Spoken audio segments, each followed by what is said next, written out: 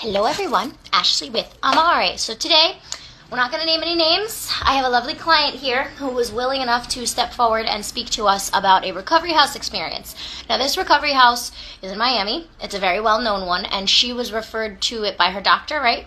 By the surgery center, which we will also not name any names.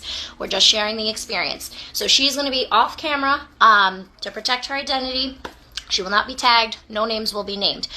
But you did come to me pre-op, and I warned you about these things, so she was well prepared, but not prepared for what happened to her in the recovery house. We hear all these stories on my Instagram. If you guys are listening on Spotify, thank you for joining. Check out our Instagram.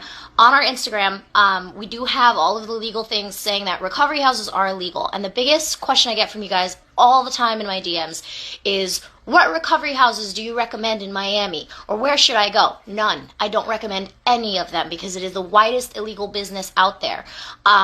It's supposed to be an assisted living, and they're supposed to be coded as such. And when you hear her story, you'll understand how they're sliding around all the legalities of this stuff, and the things that they're doing to like sneak under the radar.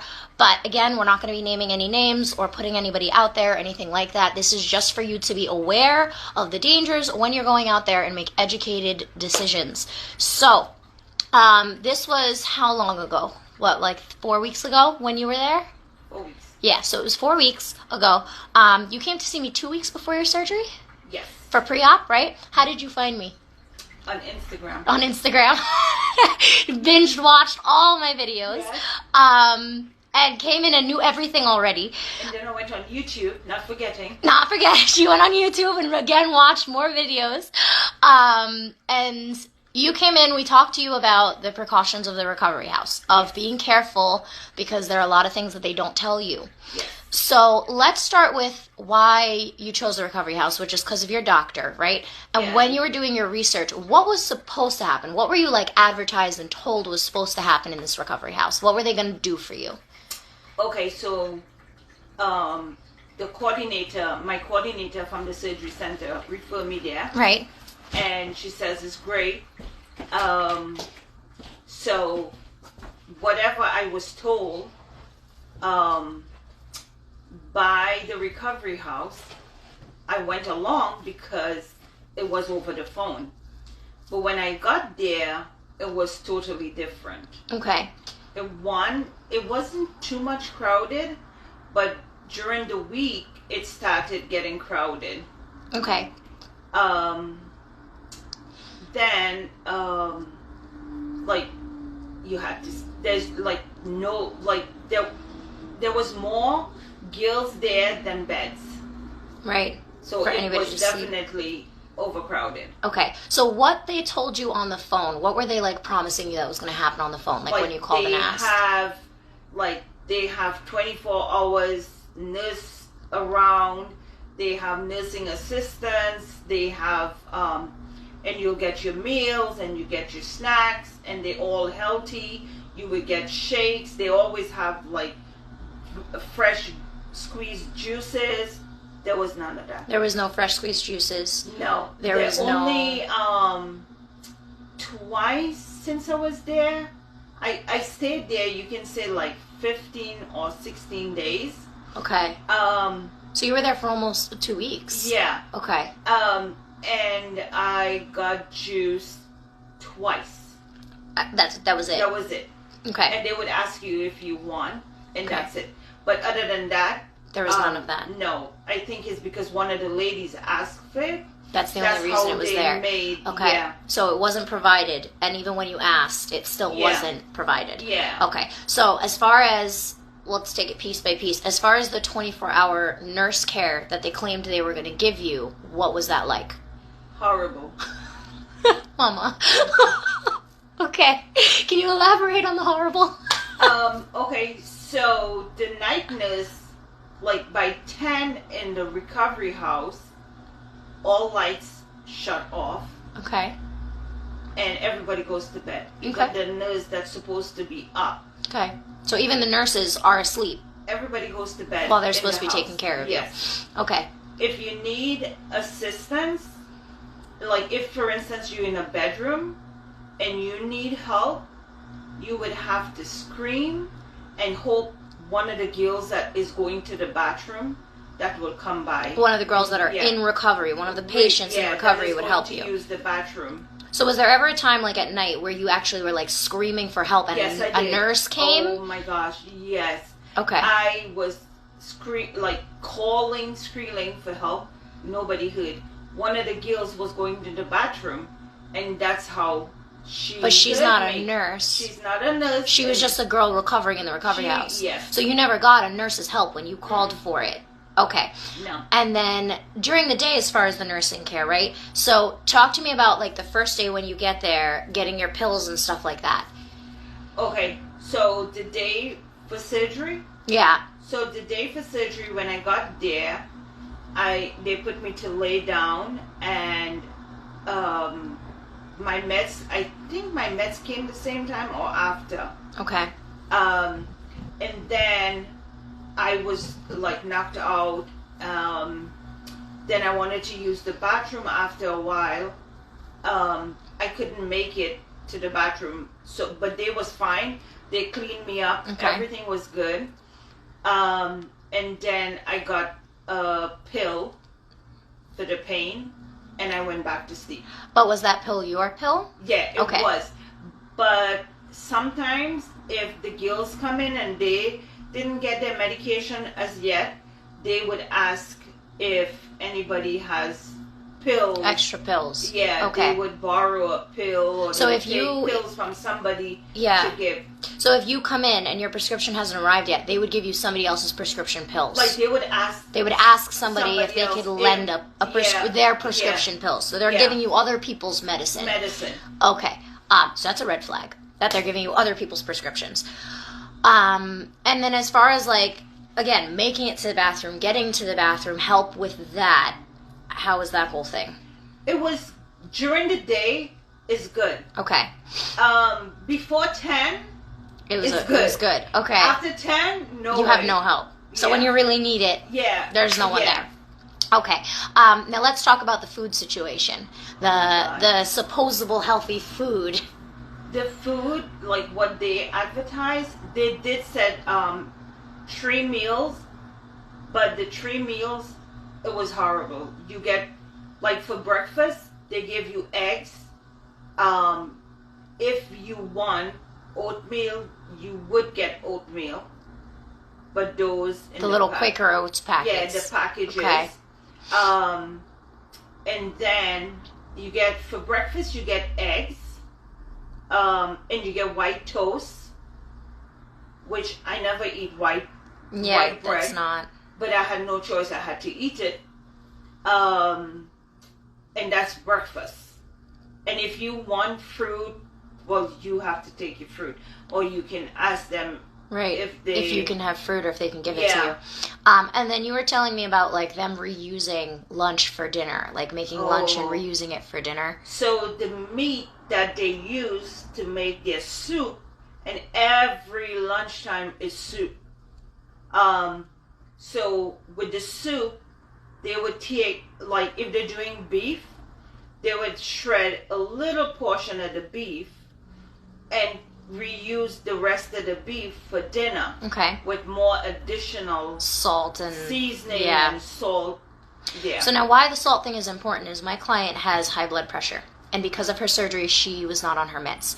She specifically told them beforehand she cannot have salt. She has high blood pressure. She cannot have salt. She has high blood pressure. And she's not on her meds. And they knew this. Yet every single meal was loaded with salt. And she couldn't eat it. And now, you were also telling me about if you weren't full enough, if they didn't give you enough food. They give you kid-sized. It was all their portions were kid-sized. Yeah. Right. And then if you ask for more, they give you a face like you shouldn't ask for more. That's what you get. Okay. So there was that whole part of it. Now, this is the part that's very scary. Going outside. So the day that you got there, before you even had surgery, you were telling me that they wouldn't let you outside of the house. No, you couldn't walk outside. What was their explanation for not letting you out? Oh, you have surgery, you shouldn't be walking around.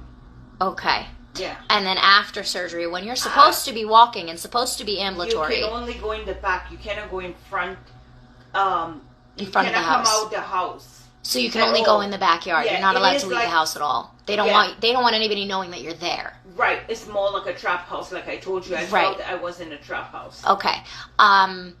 And that's the biggest thing that scared me, is that they're not letting you out. They're not letting anybody know that you're there. Yeah. And as far as like the nurse's situation with measuring your blood pressure, nobody took your vitals over there, like a routine, like in the mornings, that, you know, in the morning time, let's check your blood pressure. Everybody give you your meds. If you're in surgery, at least you're supposed to be checking your pressure. I have no medical qualification, and I learned that. But no, you have to ask them to check your pressure. Yeah. And you specifically, because you weren't allowed to even be on your blood pressure meds. You needed to be on top of that, and you would have to ask them every day, even with them knowing that. Any other things you want to share about what happened there that you were upset about with this, like the whole situation, the beds and... the bed, to me, the bed was too low. Well, you didn't get a bed the first night. You were on the couch. Yeah. You were on the couch. And then you were also telling me that if somebody comes in that has a BBL right after you, you get put into a bed. Yeah, then you get into a bed. And if you do... well, there's recliners too. Okay. And those gravity chairs. Right. And... but other than that, with the what I was going to say, with the beds, is very like low. Yeah. And it's difficult for you to get in and out. Yeah. Were they helping you at least? But yes. Okay. Sometimes you would get help. Sometimes. Yeah. Okay. Sometimes. Okay. Yeah. And anything else? Like. That you were like upset about, or things that were supposed to happen that didn't happen. We've covered all of my huge concerns that are red flags. Yeah. Well, to me it was false advertising, right? Because they advertise something, and when you get there, it's totally something different. Right.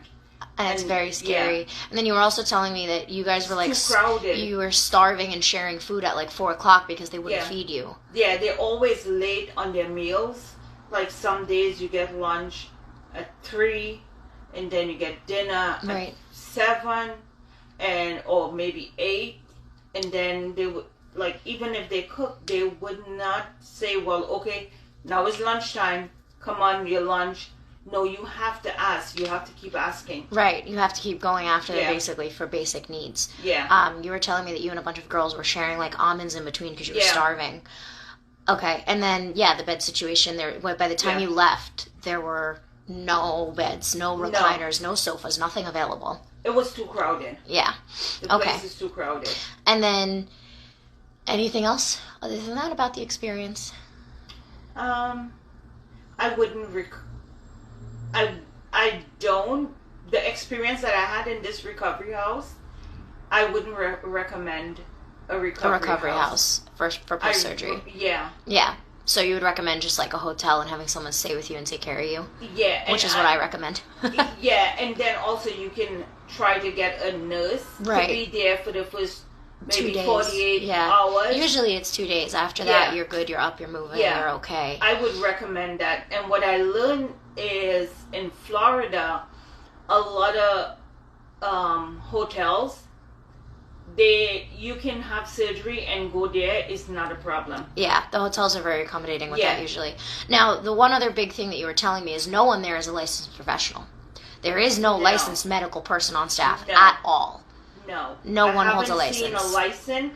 I haven't seen a certificate or anything with anybody in there. And then the nurse that you were saying the only nurse that was in there I don't think she's qualified. Yeah, she didn't give you any. She said she was in school. She didn't say that she had any qualifications.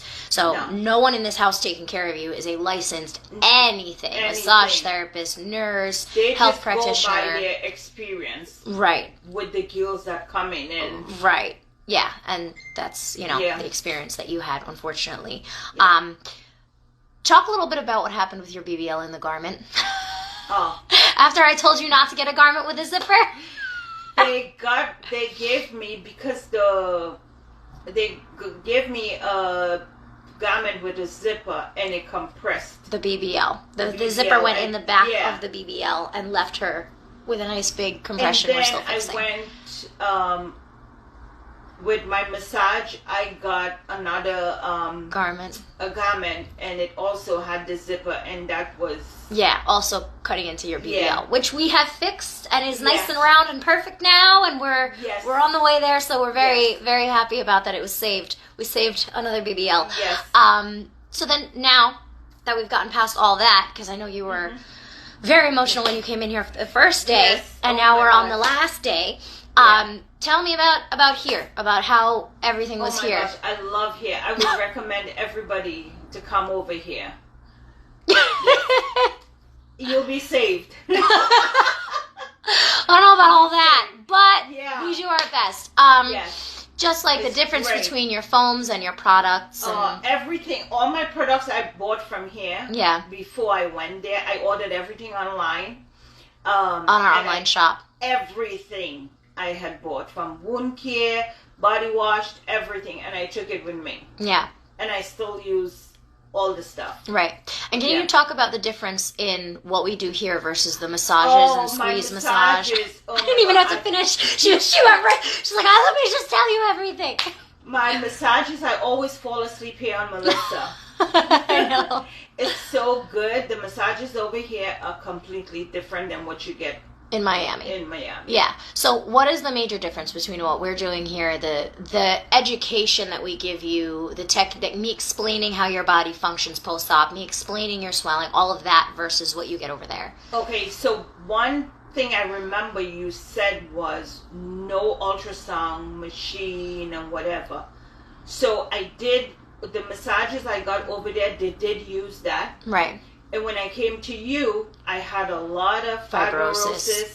I was horrible. Yeah. And I told you beforehand, before Yes. you went out there, if they use ultrasound or squeeze massage, you're going to come back to me with Yes. fibrosis. And you Guess said, what? do not do it. But I had no choice. That was what The recovery house was, pushing. And yeah, that's what they use over there. Yeah. And But you came back and you had the when fibrosis. I came over here, I got fixed. Yeah. Yes. It didn't take us long. Your fibrosis Yeah. took, what, like a week to Oh, get rid of? Yeah. Just about, because this is your Yes. second week, and Yeah. you're done. You're out of here. No more massages. You're go and I'm with your good. booty out. Yes. Yes, you're good to but go. I'm coming back anyway. Yes, I know. We need to follow up on that booty situation. Yeah. But yes, I did say beforehand, ultrasound equals fibrosis, and you came Yes. back with Went fibrosis a lot. Can you explain what the fibrosis felt like? So after they did the ultrasound on you, right? How did it feel? And then when it was becoming fibrosis, how did it feel? A lot of numbness Right. and pain. It hurts. It hurts. So you're Yeah. numb, but it's still really painful. And it was painful, yeah. Okay. But the numbness was a lot. Yeah. My back was numb. And that was after the ultrasound. Yeah. That's Okay. with all the massages I got with the ultrasound. Okay, so the numbness happened after the ultrasound. The fibrosis Yeah. happened after the ultrasound. Before you got the ultrasound, how was that all your swelling feeling? Well, that was the third day Yeah. after surgery. I started getting the massage over there. With the ultrasound. With the ultrasound. Yeah. And because of my experience, this is what I was going through. I Right. didn't know, because it was just like pain. So I Right. thought it was all from the lipo. Right. But it wasn't from the lipo. It was from from the the ultrasound. ultrasound.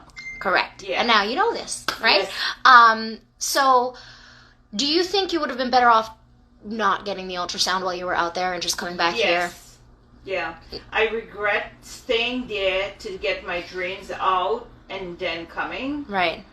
And I should have just, after the surgery, and I could fly, like maybe 3 days after, I should have come And come back here. home and just come right here. I would have been perfect. Yeah.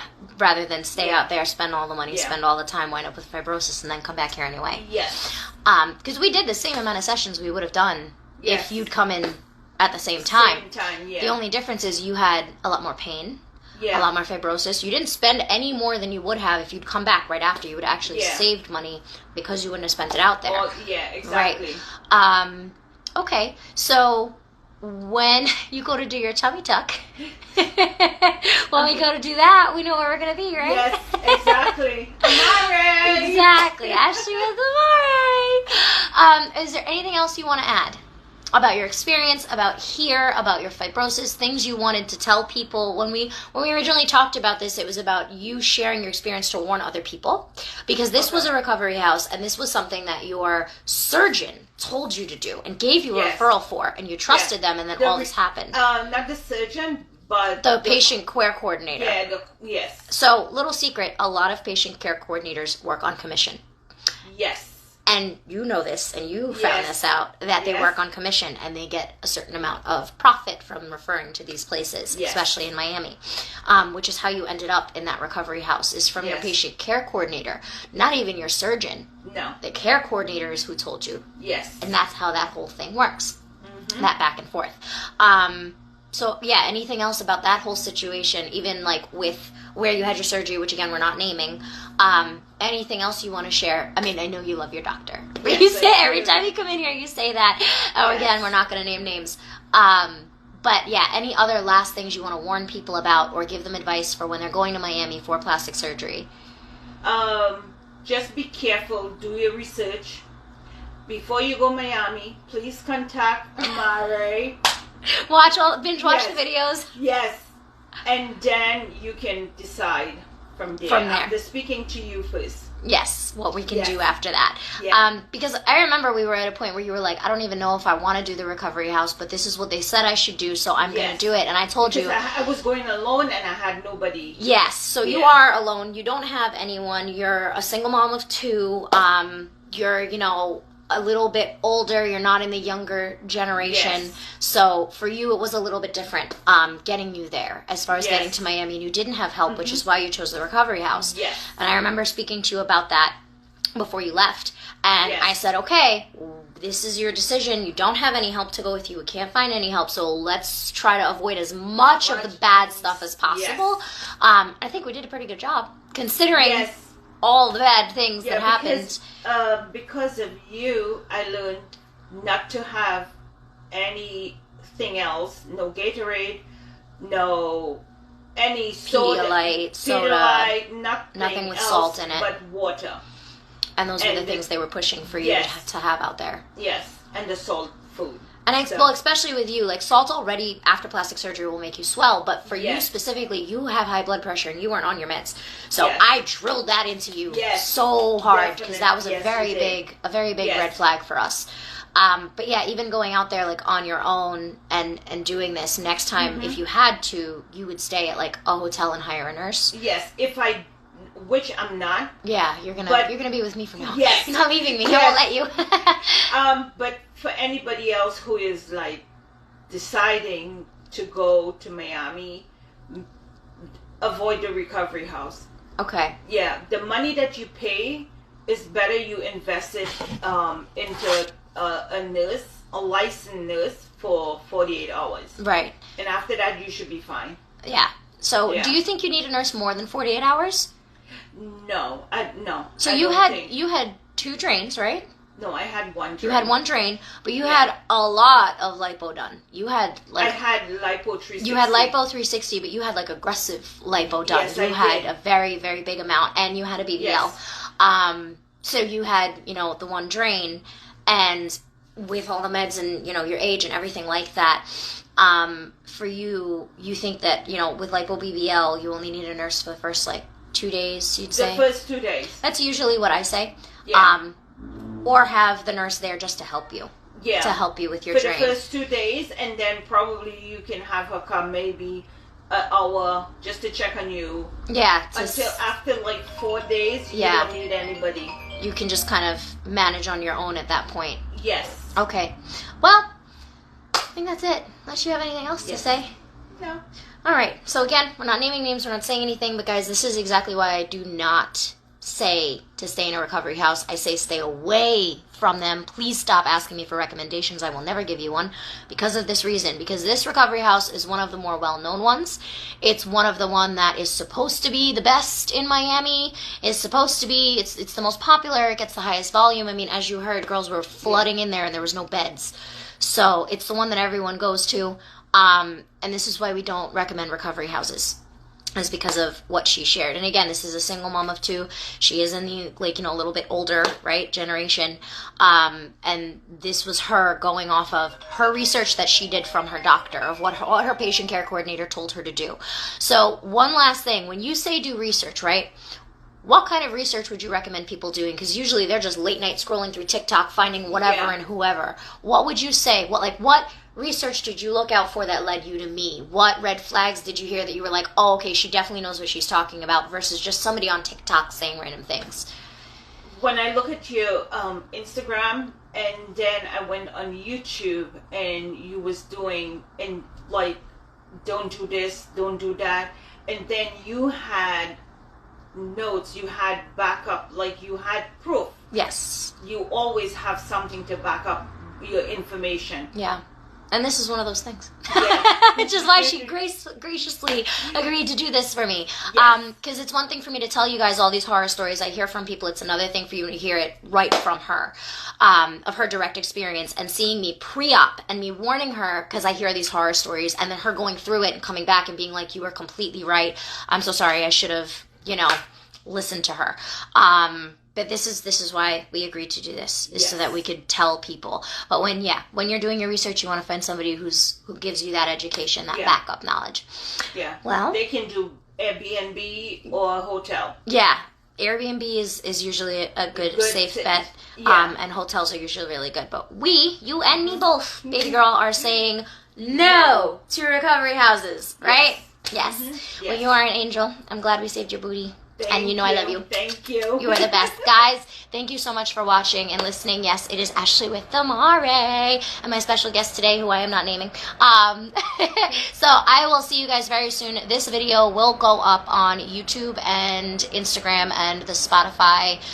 I'm going to try to do it this weekend. This will be our video for this week. So guys, thank you so much. Have a great rest of your day. Bye.